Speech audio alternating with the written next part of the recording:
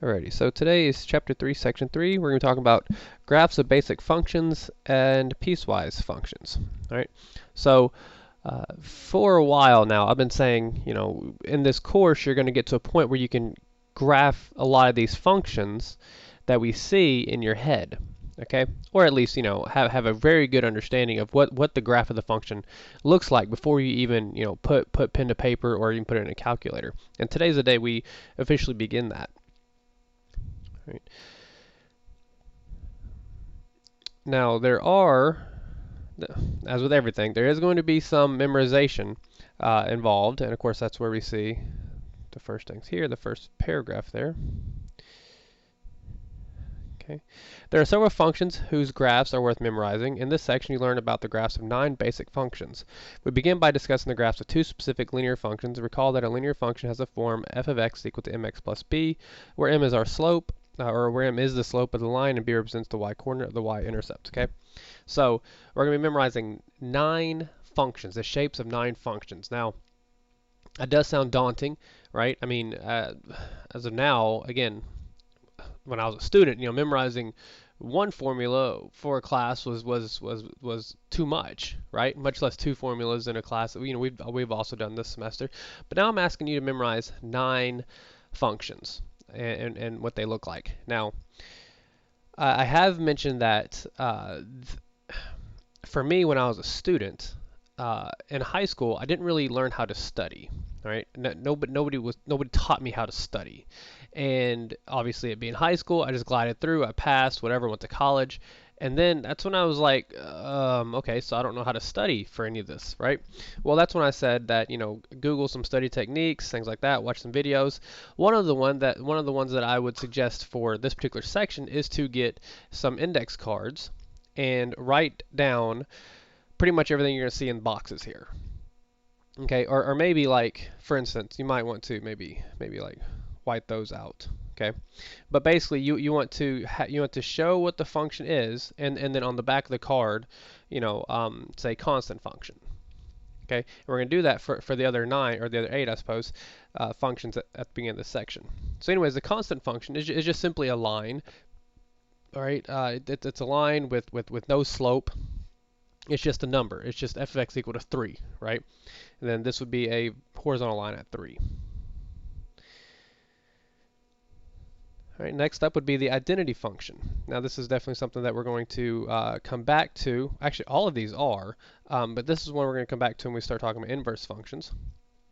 Okay, so the identity function is basically f of x is equal to x, or in other words, y is equal to x.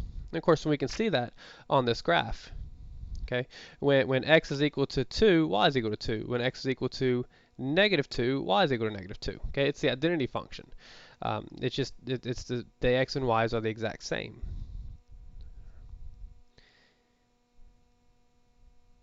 Next up, we're going to have the square function. All right, now this might be one of the easier ones because we're definitely familiar with this one.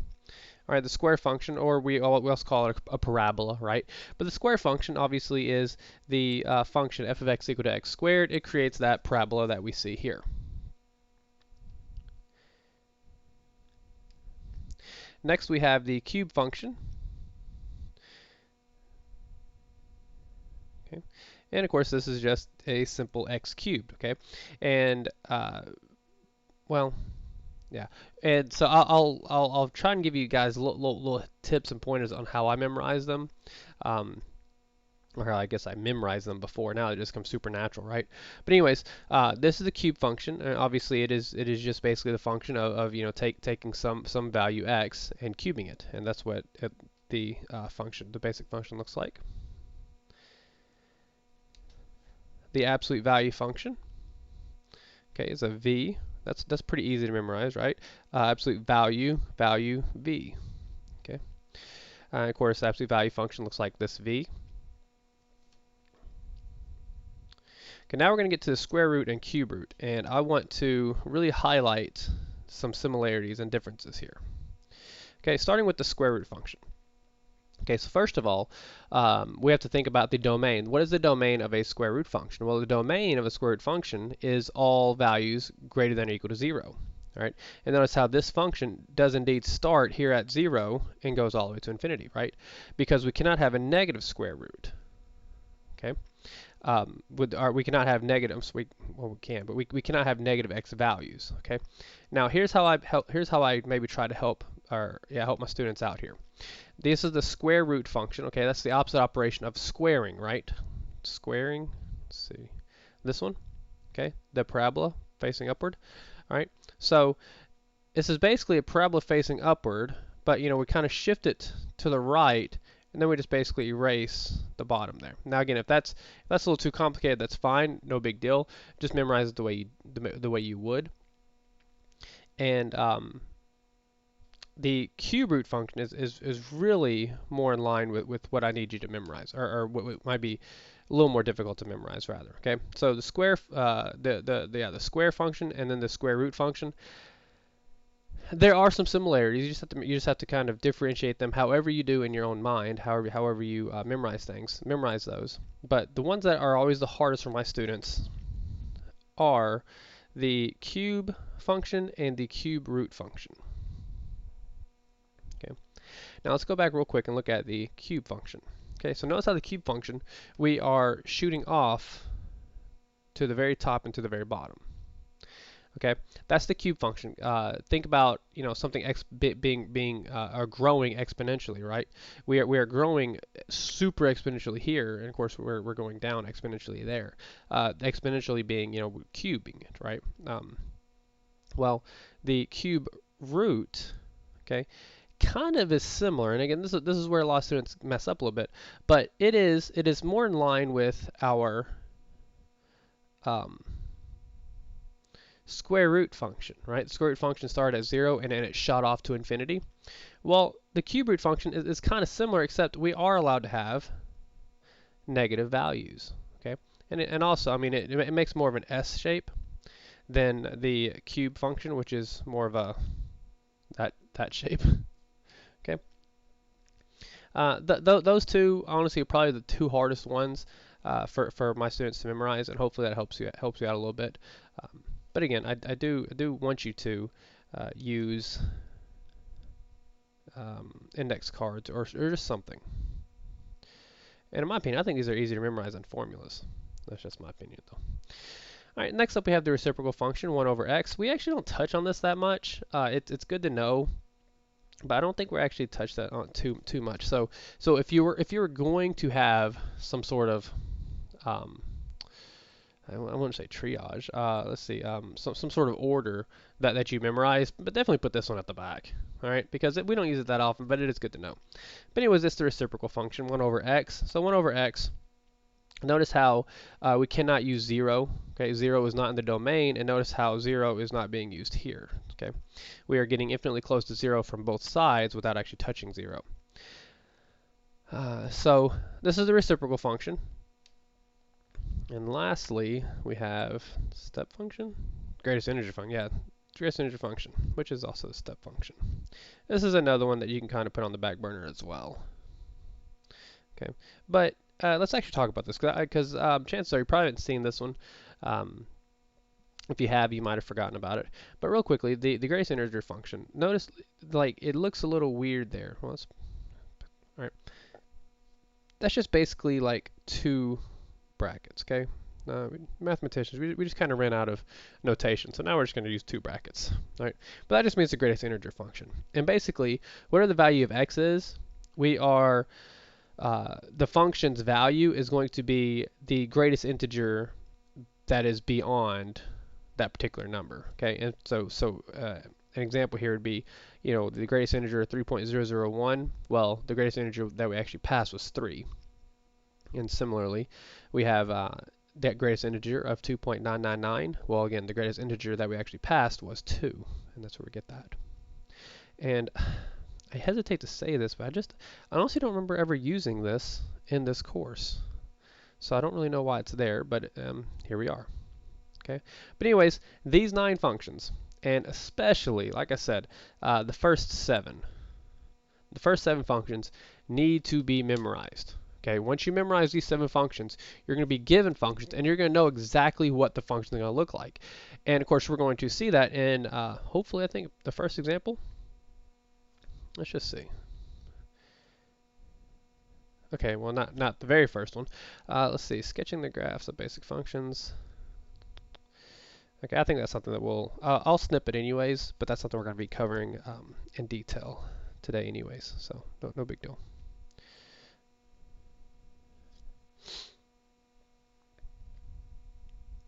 You know, I actually, on my evaluations, I have students say that he just reads from a PowerPoint. And while, I mean, this obviously is not a PowerPoint, I mean, it is kind of what I mean. I am reading off of it, right? But I'm also showing the work. So just in case, you know, evaluations are coming up. In case you feel the urge to say that I'm reading off a PowerPoint. Number one, I'm not using PowerPoint. Number two, I mean, I'm not really just reading off the PowerPoint. But I don't know. I don't know why I said that. But well, anyways. Example 1, sketch the function f of x is equal to, and then we have the absolute value of x for x greater than or equal to 1. Okay, so this is exactly where we need to have those functions memorized. Okay, so let's make us a plane. Okay, alrighty. Now we know that the absolute value. Now we know that the square root function. Okay, the square root function looks something like this, right? Okay, well, we are being asked to sketch the function of I keep saying absolute value. F of x is equal to the square root of x for x is greater than or equal to 1. Okay, so what's happening here is that we are going to start with, and I call these the parent function. Okay, so I guess I got a little ahead of myself, but these first 9 functions that we talked about, I called them the parent function. Okay, because those are what the functions look like without any modifiers. Okay, and again we'll get to modifiers later on. I believe we call them shoot, I forget. But anyways, modifiers being, you know, like the absolute value of x and then, you know, plus 3 or something, right? So the parent function is basically just those first 9 functions that we saw. But anyways, so starting off easy, we have the absolute value of, can I get the arrow erase? No, okay. The absolute value of x for x greater than 1. Well, all we have to do is restrict the domain. Okay, so it's saying for x greater than or equal to 1. Well, looking here, all I have to do is erase everything, a little bit smaller, erase everything that is below 1. Okay, and then let's see, let's go to here, and then we see that we do actually include the number 1, right, because it's greater than or equal to. So what we're going to do here is actually put a let's do that, a closed circle right there at positive 1. And that's it. And again, all we have to do is just remember what the parent function is, and then from there, actually graph the function. Right? So let's snip the good-looking graph, even though, you know, guys, my graph looks pretty good, actually. Let's see. I done messed up. Let's do this. Previous. There. Yeah, I mean, honestly, guys, my graph is so much better. Right? But I'm putting that on there anyways, in case you guys don't like art. Okay, so this is a fun one. So we're going to have to define a function given the graph. Okay, so this is interesting. Now, we have a graph that looks very familiar to something that we might know. Okay, so what does this graph look like in terms of our parent functions that we've seen before? Okay, well, first of all, honestly, it does, well, no, not that. It kind of looks like the identity function, at least on one side, right? Let's go back. It kind of looks like the identity function a little bit, right? The identity functions go here, but, you know, we're shooting off this way. But of course, you guys know, right? This isn't the hardest thing in the world. We're actually making a v. Okay, so therefore we're going to define this function as an absolute value function. Okay, so how would we define this function as an absolute value function? Well, First of all, we need to give this function a name, and of course, the given name usually is f, right? We're just going to call this function f. All right. Well, I'm pretty sure your homework will give you f of x, and then you got to fill in the blank over here. So don't worry about naming the functions, but we're going to name them because we don't have it given to us in this lecture. Okay. But anyways, it says write the domain of the function using interval notation. Okay, so that's not that hard. All right. So what is the domain of the function? Well, it's very clear that we're going from -2. Again, we're just looking at the x values to 1, right? We're going from here all the way to over here. All right. We talked about domains before. So we're going from -2 to 1. All right. So let's go ahead and just write that without any parentheses or brackets. Okay, now we're going to. All right, well, at -2, do we include it? No, there's an open circle there, right? So we're going to have to put a parentheses.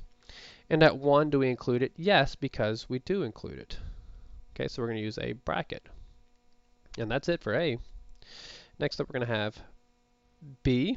Okay, it says define the function using an inequality to express the restricted domain. Okay, so here's what we're going to do. We name this function f of x. Okay, so we're going to define the function. Okay, so this function is going to be the absolute value function. It's very clearly the absolute value function, except we're going to have to restrict the domain. So let's go back and look at the previous example. Okay, the previous example had f of x equal to the absolute value of, I keep calling it absolute value, f of x equal to the square root of x. Okay, now that's my parent function, easy peasy. And then we have the domain. Okay, so we restrict it for what? For x greater than or equal to 1. Okay, so we're going to have to do that here. All right, this parent function is the absolute value of x for what? Well, it is for the values of -2, all right, and it is going from -2, and again, it's an open circle, so we're going to put a less than, okay, x, which is less than or equal to 1. Now let me go over why exactly that's the solution, okay? Well, first of all, it's saying define the function using an inequality, okay? Now, it didn't even have to tell us that we had to use an inequality because it's very obvious that we would be using an inequality, and here's why. Well, maybe it's not very obvious since A, we're told to use interval notation. Okay, so second thought, maybe it's not abundantly obvious. All right. However, whenever you define this function, and of course we're going to define many more functions after this example, then you'll see how it is pretty obvious because you have to define the function. A, you're going to name, or you're going to define what the parent function is, and that's what we did here. We define what the parent function is. Boom. Okay. And then B, what we have to do is we have to define on what interval that parent function exists. Okay, so again, A, define the parent function, B, define the interval. And of course, again, we saw that on this example. A, we defined the parent function, B, we defined the interval. Okay, and so that's how we got to that.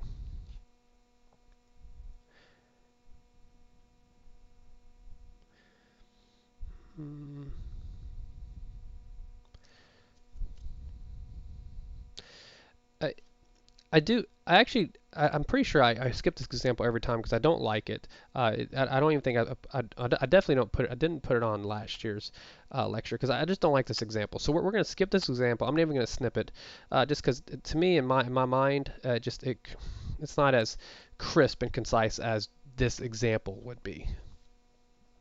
Okay, so let's actually just work on this example as opposed to reading that. Okay. So, really quickly, again, I'm pretty sure I say this almost every lecture. All right, I talk about how when I was a student taking college algebra. All right, when I was a student taking college algebra, I remember my professor getting to piecewise defined functions, and I'm thinking, well, I don't really know piecewise defined functions, nor do I like them, so I'm just going to hope that there's only one of these questions on the test. Okay, again, I was a horrible student, people. Well, I don't know how many questions are on the test, but I mean, obviously, I didn't do well in that course because, you know, I got kicked out of college twice. But my point is this. Don't have my mentality, please. All right, instead, listen to this. Piecewise defined functions are so easy. They're super duper easy. The only thing you have to get past is the fact that it's kind of cheating, right? And what I mean by that is, have you ever had your professor or your teacher say, you know, you ask them, hey, you know, how many questions are on the test? And they say 10. Okay, cool. You're thinking 10 questions, right? But then, you know, question 1 has 3 parts, right? Question 2 has 4 parts, and that's already 7 questions you have to answer, right? Although while it's technically 10, right? Each question has multiple parts. Well, that's kind of how a piecewise defined function is cheating. Okay, a piecewise defined function is actually more than one function. Okay, and once you get past the part where, you know, I talked about how I was just like, oh, this is stupid. It's just it's just multiple equations in one function. And let me show you what I mean.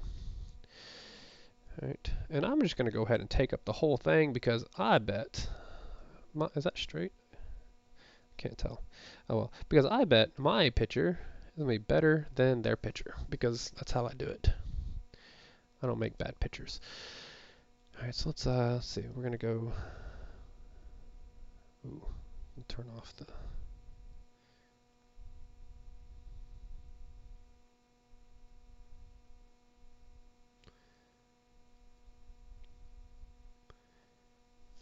All right, it's already looking really good, isn't it? All right, here we go. So I'm going to denote this top line as blue and this bottom line as yellow. Okay, so here we go. It reads sketch the function. So I'm going to start off with the first line. Now the first line is the entire first line. Let's see, is the entire first line. X squared if x is less than 1. So what I'm going to do is I'm just going to go ahead and graph that all by itself. Okay. So x squared, we're going to start with the parent function. We know a parent function looks something like this. Let's see, 2, 2, 4. Maybe not exactly like that. Let's make it a little more precise. Okay. Okay, that's gonna have to do. I think it looks fine. Okay, so that is what the x squared, again, the parent function that I was telling you about, that's what the parent function looks like. Okay, but then we are restricting the domain for the values of x less than 1. So what we're going to do is we're going to erase everything above the number 1, and we're also going to have to put an open circle there. Boom. Let's do that again. Boom. Let's do it again. Boom. One more time. Okay. Anyways, so there I just graphed the first one. Okay. Now the second one is 1 minus x. Okay. So, oh no, 1 minus x. So how do we do this? Okay. Well, let's imagine. Let's actually rewrite this as negative x plus 1. Okay. Now it's pretty easy to see, right? I mean, all I did was just rearrange it. But you know, if I asked you to graph 1 minus x, you might be like, oh, I don't know. But again, it's just negative x plus 1. And of course, we know how to graph that because that is in slope-intercept form.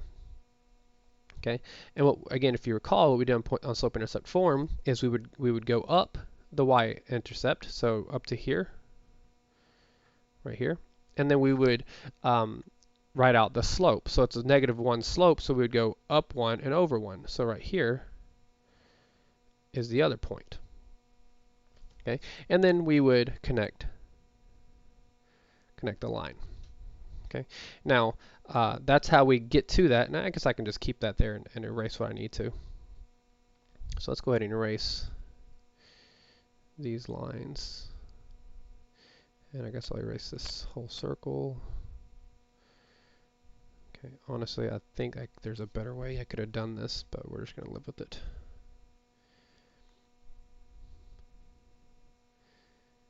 I don't know. I don't know where everything's at. Oh well. Okay.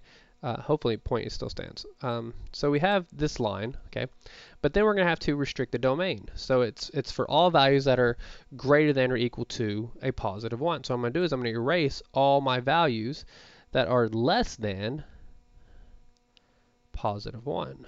So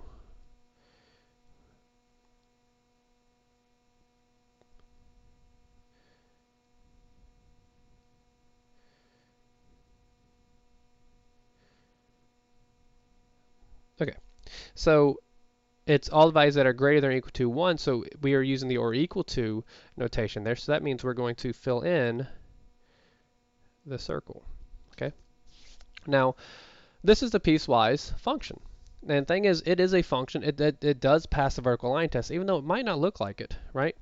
But again, keep in mind the blue line does not exist at 1, and the yellow line does exist at 1, so it is still a function. But that is the piecewise defined function, and you know, maybe I got a little bit ahead of myself. Maybe I will reluctantly give the better drawing, or the equal drawing, right? And that's that. So again, piecewise functions, guys, don't be like me. It is a very simple function to deal with. You just have to deal with it head on. Oh, look at this one. Okay.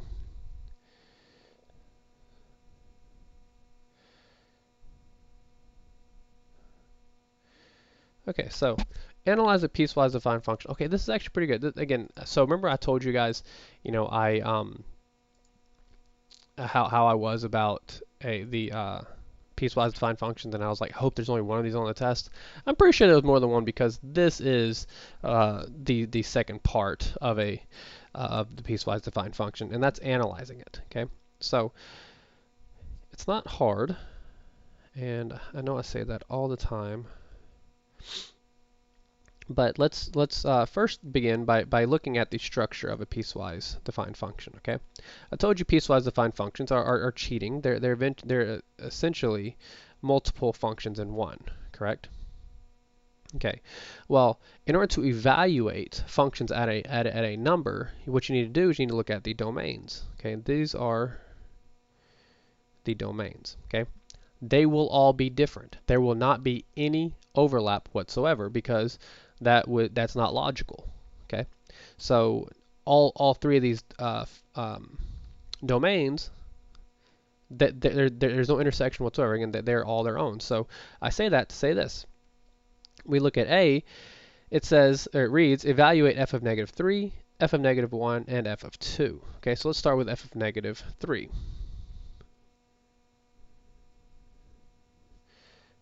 Okay, f of negative 3. So what I'm going to do is I'm going to look at these domains, and I'm going to say, okay, so which one of these is negative 3 in? Well, is negative 3 less than or equal to negative 1? Yes. So therefore, we're going to use the first domain, right? Because negative 3 is not in this one, and it definitely is not in this one. It is only in this domain. Okay.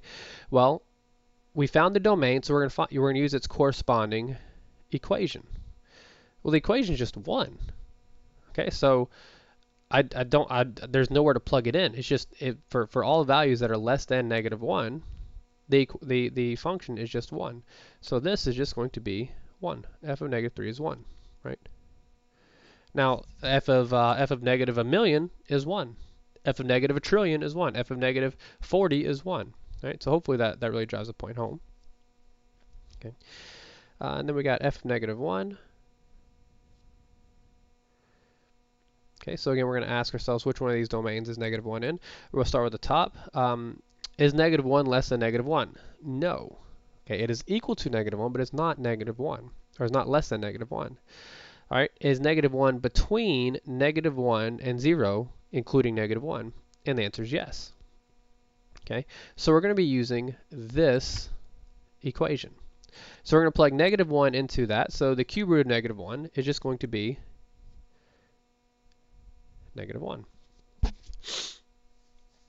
Right? And then lastly, we have f of 2. All right, and I mean, obviously it's going to be the last one, but we're still going to go through the motions here. All right, well, 2 is 2 in this domain? No. Is 2 in this domain? No. Is 2 in this domain? Yes. 2 is indeed greater than 0. So we're going to plug that 2 into this equation. Okay, so f of 2 is equal to, okay, so we plug that 2 in. Well, we plug in 2 for x, so that's just going to be equal to 1/2, isn't it? So it's just going to be 1/2. All right, and that's it. That concludes A, and I'm going to sketch this on another page. So and unfortunately we can't check if my solution's correct. We're just going to have to believe me. Alrighty. So let's go ahead and begin the process of sketching this function.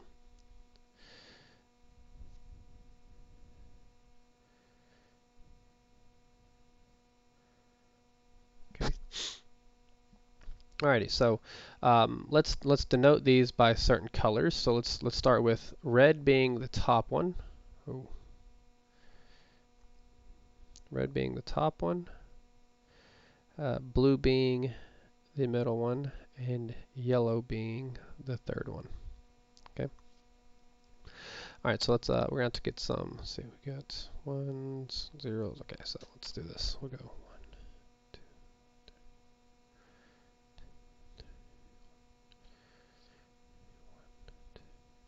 3. Okay. So if we're just going to graph the very first function here, all right, it is 1 for all values of x that are less than -1. Okay, and it's for all values that are strictly less than 1. Okay, so we're going to graph this from, I'm sorry, -1. So we're going to graph this. It's a straight line here. Okay, so it's like this, right? But it's for all values that are less than -1. So what I'm going to do is I'm going to erase everything that is above -1. So it's going to look like this. And of course we see that it is not or equal to. So therefore we're going to put an open circle there. Something like that. Okay. So that takes care of that. Next up we have the cube root of x. All right, so the cube root of x, if you recall, it makes an S shape, right? Okay. Well, my domain is only for the values that are between -1 and 0. So it's a pretty small, pretty small. What am I trying to say? Window. Okay, so it's a pretty small window, and I'm going to erase everything. Let's actually try to see cube root of.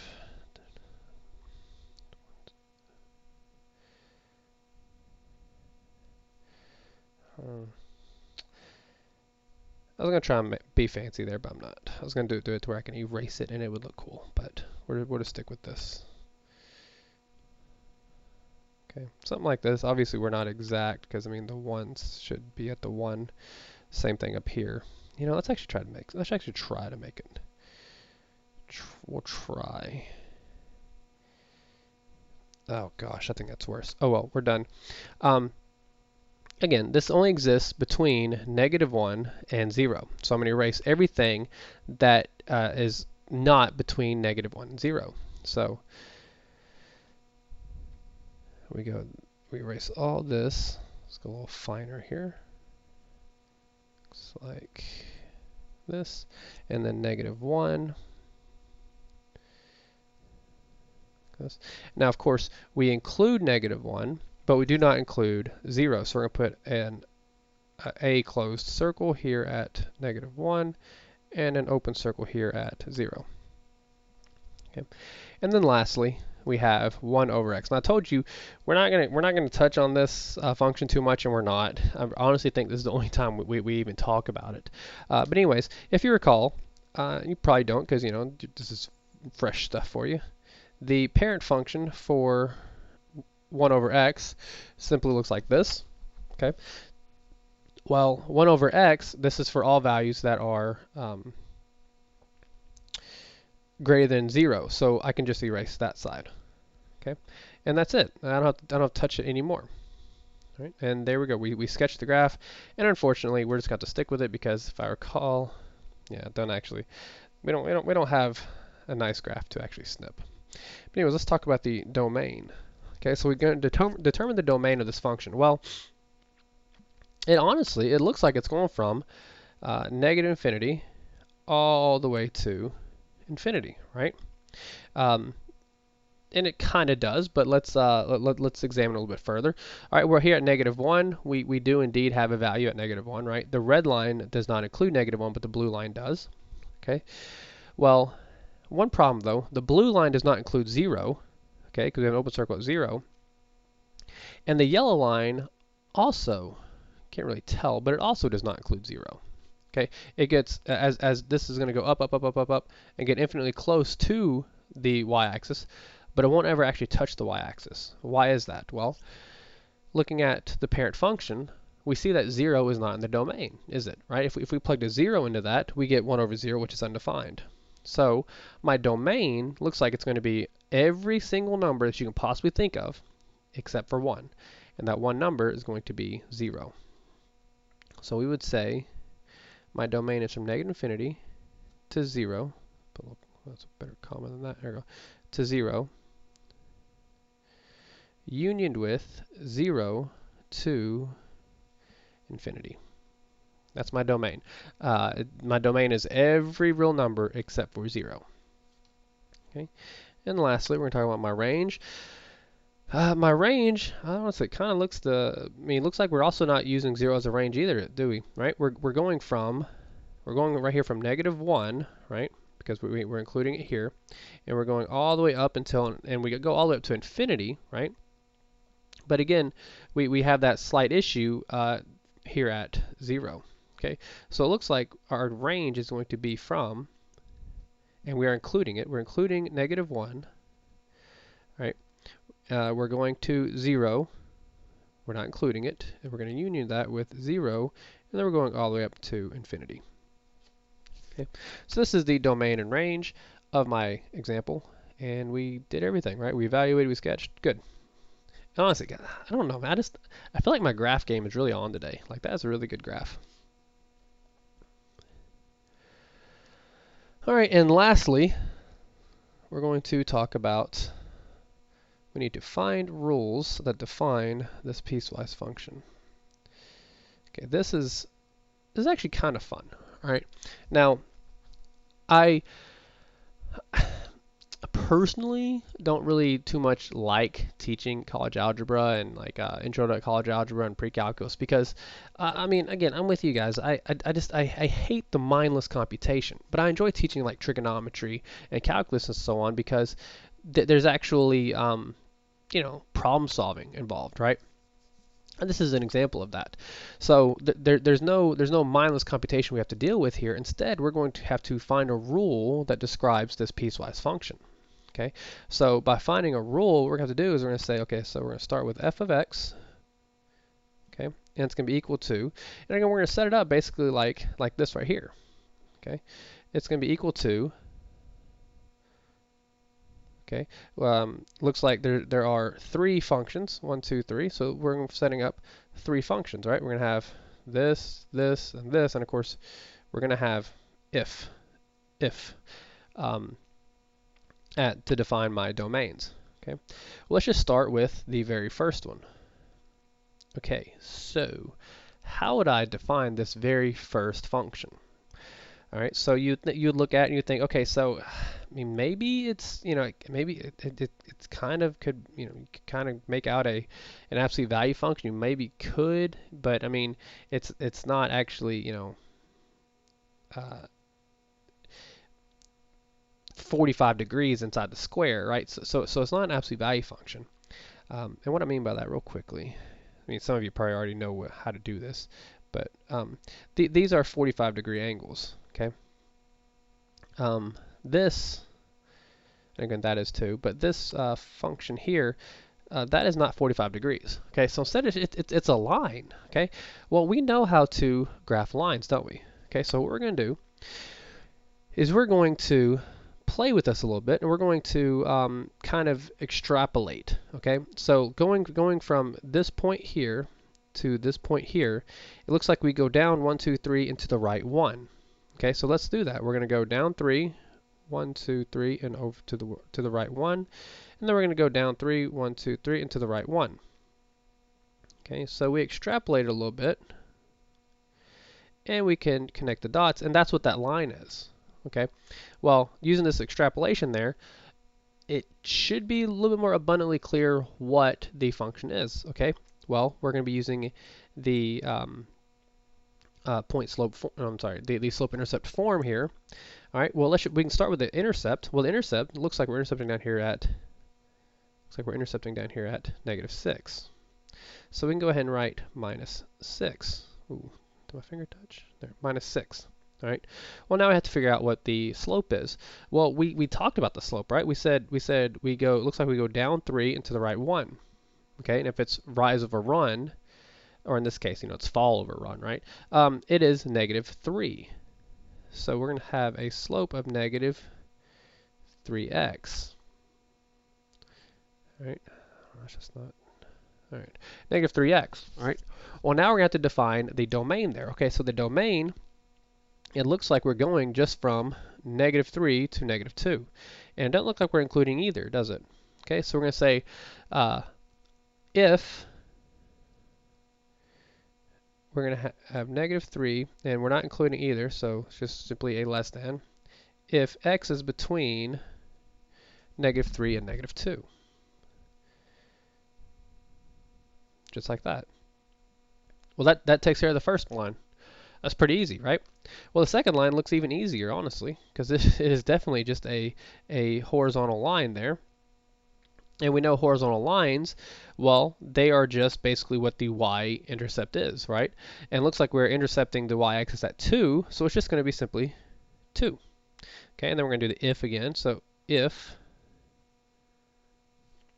it looks like we're going from -2 to 1. So if x is between -2, and we are including it,